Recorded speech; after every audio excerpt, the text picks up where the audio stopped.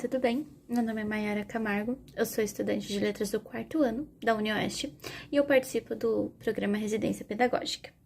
Eu e a minha colega Ananda, nós estaremos fazendo um vídeo para vocês sobre o período literário que foi o parnasianismo, uma mini aula, um resuminho para vocês. Esperamos que vocês gostem e se inscrevam no nosso canal do Residência Pedagógica. Oi, meu nome é Ananda e eu vou apresentar um pouquinho sobre as características do movimento parnasiano aqui no Brasil, como ele começou, as principais funções, tudo que a gente encontra nessa escola literária. Depois, na parte 2 do vídeo, a Mayara vai falar um pouquinho mais sobre os principais autores que a gente encontra nessa escola literária. Bom. Então, esse é mais um vídeo do projeto do Residência Pedagógica aqui da turma de Letras da UniOeste. A aula de hoje é sobre o parnasianismo. O contexto histórico dessa escola literária surgiu lá no século XIX na França, a partir de 1860. Os objetivos, então, era criar uma poesia perfeita, se opondo ao realismo e ao naturalismo da época. Tinha como valorização do cientificismo e positivismo. Já no Brasil, começou a partir do ano de 1880 e durou até a Humanidade Moderna. A poesia é uma pegada mais científica, teve maior destaque que o movimento na França, ou seja, que o Brasil teve um destaque maior nessa escola literária. A diferença entre o movimento no Brasil e na Europa era a subjetividade e o nacionalismo. As características, então, dessa escola literária. O objetivo, então, era a busca do sentido para a existência humana e a perfeição formal. Já na poesia, tinha muita preocupação com a métrica, com a rima e a sintaxe, né, rejeitando, então, a subjetividade e a emoção exagerada que a gente encontra nos textos das poesias românticas. Também tinham como lema a arte pela arte, né, tinha uma preocupação estética. Os temas das poesias eram baseados na realidade e eram descritos de uma forma objetiva, fria e impessoal. E também era uma poesia descritiva, né? Ou seja, as poesias descreviam o real, então eles buscavam a sua inspiração naquilo que eles estavam olhando, estavam vendo ali no momento. E essas poesias eram escritas numa estrutura fixa, o soneto. E também compondo essa poesia era utilizado de rimas ricas e palavras raras. O parnasianismo no Brasil aconteceu ali na época naturalista, junto com realismo e naturalismo. E a diferença dessas escolas literárias é que o parnasianismo focava na poesia e as outras escolas, o realismo e o naturalismo, tinham mais prosas, né? Essas escolas literárias também são pautadas pela mesma visão artística, materialista, cientificista, menos religiosa e menos subjetivista e menos espiritual, né? O parnasianismo aqui no Brasil teve como início uma obra de Teófilo Dias, né, a obra Fanfarras, lá em 1882. Aqui, a ideia da escola literária foi transformada, né? Os poetas brasileiros modificou com características nacionais e brasileiras. Então, os principais autores dessa escola literária são Olavo Bilac, Alberto de Oliveira e Raimundo Correia. Então, ainda sobre a tríade parnasiana, né? O Olavo Bilac, o Alberto de Oliveira e o Raimundo Correia, nós temos o Olavo Bilac como o principal autor dessa época, desse movimento literário, porque ele é o mais conhecido. O Alberto Oliveira é conhecido mais como o poeta mais parnasiano, pois ele prezava muito pela perfeição das suas obras. Sendo assim, o Alberto Oliveira era chamado de mestre da estética. Por quê? Porque os seus poemas, eles evidenciavam muito essa perfeição da forma, a métrica certinha e a técnica do verso adequada. Além de tudo, a linguagem culta, ou seja, a linguagem padrão do português brasileiro, que privilegia a sintaxe e privilegia os erros, de não acontecer os erros de ortografia, tá? Então, diferentemente de outros períodos literários, eles não tinham, e principalmente o Alberto Oliveira, em particular, não tinha essa preocupação de retratar sentimentos, tá? Ele entra no período a partir do seu segundo livro, o Meridionais. E aqui a gente tem algumas obras dele, que vão de 1878 a 1933, começando em canções românticas e terminando em poesias escolhidas. Então, como vocês podem perceber, todas as obras desse período são voltadas à poesia ou ao soneto.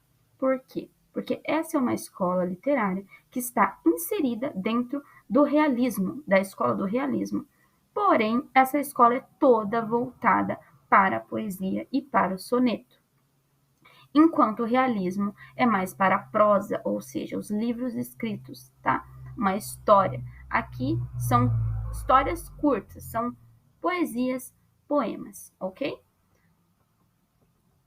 Quanto ao Raimundo Correia, o início dele na escola do parnasianismo foi a partir da obra dele chamada Sinfonias. Então, anteriormente, ele era, diferente dos outros, ele era da escola do romantismo, ok? E ele tinha algumas influências ali, algumas fortes influências de Castro Alves, né? Esse autor tão conhecido, e o Gonçalves Dias. E ele também prezava por essa perfeição formal e a cultura clássica, tá? Ele tinha versos que cantavam a natureza, e nisso a gente pode ver a característica e a influência do Gonçalves Dias, que tem aquele poema Canção do Exílio, que canta a natureza. Além de tudo, ele tinha um pouco de pessimismo ali nas suas obras também. Quanto ao Olavo Bilac, ele é simplesmente o autor mais conhecido do parnasianismo. Ele foi bastante reconhecido. Então, a sua carreira ela foi inteiramente no parnasianismo. Ela procurou, desde o início do seu trabalho, a perfeição formal, né, que é tão característica, como já foi dito, desse movimento. Então, ele tentava escrever esses versos perfeitamente metrificados, né? Para ele, tinha que pacientemente trabalhar na poesia, sempre buscando a perfeição.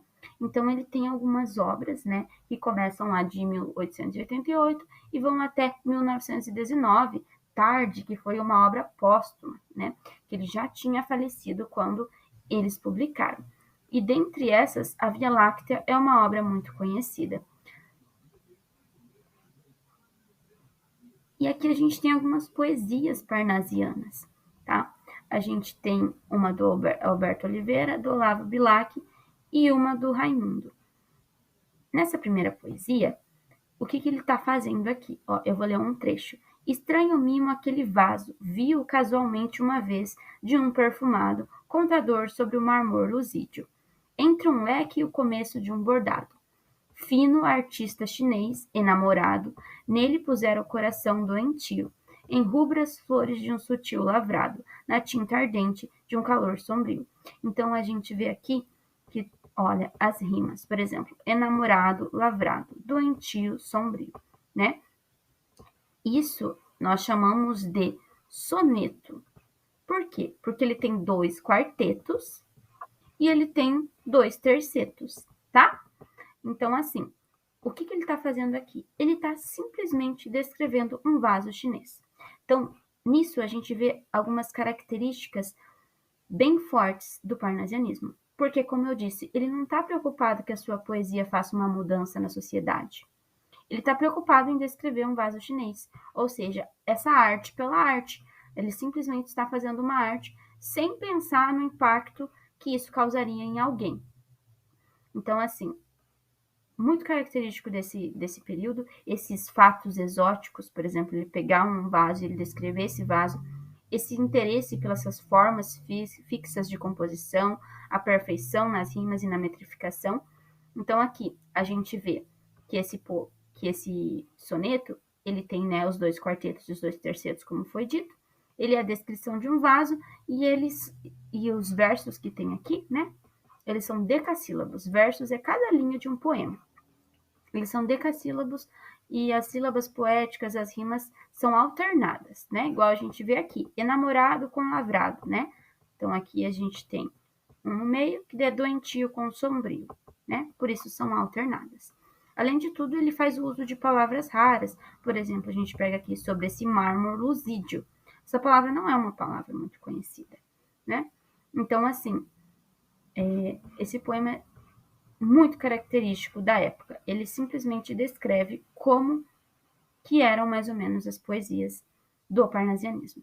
Agora, para contrastar um pouco, a gente pega do Olavo Bilac, para não dizer que não existia nenhuma poesia sobre sentimentos. Existia sim. O Olavo Bilac produziu uma, né? Essa é uma das obras dele no livro Via Láctea. O nome dela é Ora Direis Ouvir Estrelas.